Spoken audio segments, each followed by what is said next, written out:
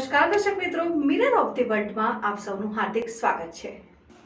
કબીર સંપ્રદાયના ગુરુકાથી કબીર મંદિરના મહંત ખેમદાસ સાહેબના નાના ભાઈ શ્યામદાસ સાહેબ દેવલોક પામ્યા। સમગ્ર કબીર પંથીઓમાં ઘેરા શોકની લાગણી વ્યાપી। ગુરુકાથી કબીર મંદિર આંચલપુરના મહંત શ્રી ખેમદાસ સાહેબના નાના ભાઈ શ્યામદાસ સાહેબ વૈશાખ સુદ પૂર્ણિમાના સાંજે દેવલોક પામ્યા હતા, જેને લઈને આજે માંજલપુર કબીર મંદિર ખાતે વડોદરા તથા આજુબાજુના ગામડાઓ શહેરોમાંથી ભાવિક ભક્તો દર્શનાર્થે આવ્યા। શ્યામદાસ સાહેબ 65 વર્ષની ઉંમરે દેવલોક પામ્યા હતા, જેઓના અંતિમ દર્શનાર્થે રાજકીય આગેવાનો, ધર્મગુરુઓ, સંતો અને કબીર પંથકના ભક્તો મોટી સંખ્યામાં આવ્યા હતા। શ્યામદાસ બાળપણથી માંડીને 65 વર્ષની ઉંમર સુધીમાં કબીર મંદિરમાં સેવા આપી હતી અને સાથે સાથે તેમનો કબીર પંથના પ્રચારમાં પણ બહુમૂલ્ય ફાળો રહ્યો છે। વૈશાખ સુદ પૂર્ણિમાના રોજ તેઓ દેવલોક પામ્યા હતા અને તેઓની સમાધિ મંદિર પરિસરમાં જ કરવામાં આવશે। વડોદરા માંજલપુર કબીર મંદિરના મહંત શ્રી 108 મહંત શ્રી ખેમદાજી સાહેબના નાના ભાઈ શ્યામદાજી સાહેબ, એમની ઉંમર 65 વર્ષ હતી અને પવિત્ર પૂનમના દિવસે પોતે આ પંચભૌતિક દેહનો ત્યાગ કરી અને સદગુરુના લોકમાં સિધાયા। એવા આત્માની પાછળ આજે બધા અમારો સમુદાય કબીર પંથના ભક્તો બધા ભેગા થયા છે અને એમને વરઘોડો કાઢી અને અમને સમાધિ મંદિરમાં જ આપવાની છે। નાનપણથી જ મંદિરમાં મોટા થયા, મંદિરની સેવા કરી ખૂબ, અને પોતે પૂનમના દિવસે પોતે પોતાનો દેહ ત્યાગ કર્યો। એનાથી કોઈ રૂડું હોતું નથી।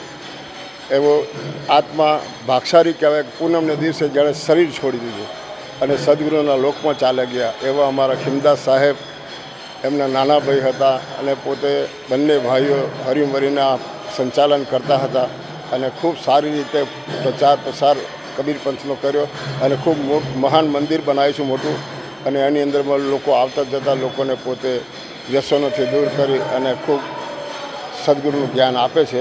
એવા અમારા ખેમદાજી સાહેબ। મારું નામ હું અંકલેશ્વર કબીર આશ્રમ ગુરુચરણદાસજી મહંત શ્રી ગુરુચરણદાસજી સાહેબ, ગુરુ શ્રી રામકિશોરદાસજી સાહેબ। શ્યામદાસજી એ અમારા નાના ભાઈ શ્રી હતા, જેઓની ઉંમર 65 વર્ષની હોય। વૈશાખ સુદ પૂનમની સંધ્યા સમયે એ દેહમુક્ત થયા છે। આજે એમને ભંડારવાનો સમય છે। આજુબાજુથી સંતો, મહંતો અને ગામડેથી ભક્તજનો એમના અંતિમ દર્શન માટે આવ્યા છે અને આજે મંદિરમાં જ એમને ભંડારવામાં આવશે અને 5 દિવસે શ્રદ્ધાંજલિ સભા અર્પિત કરવામાં આવશે। ત્યારબાદ 6 મહિને સદગુરુ પરમાત્મા કબીર સાહેબનો પરમ કલ્યાણકારી સાત્વિક ચલાવ ચોકા આરતી યજ્ઞ એમને નિમિત્તે પાઠ પૂજન થશે। હા, અને અંતે જાજુ ન કહેતા ખૂબ દુઃખની લાગણી અનુભવીએ છીએ। ખૂબ મોટો અમારે એમનો પણ સાથ સહકાર હતો।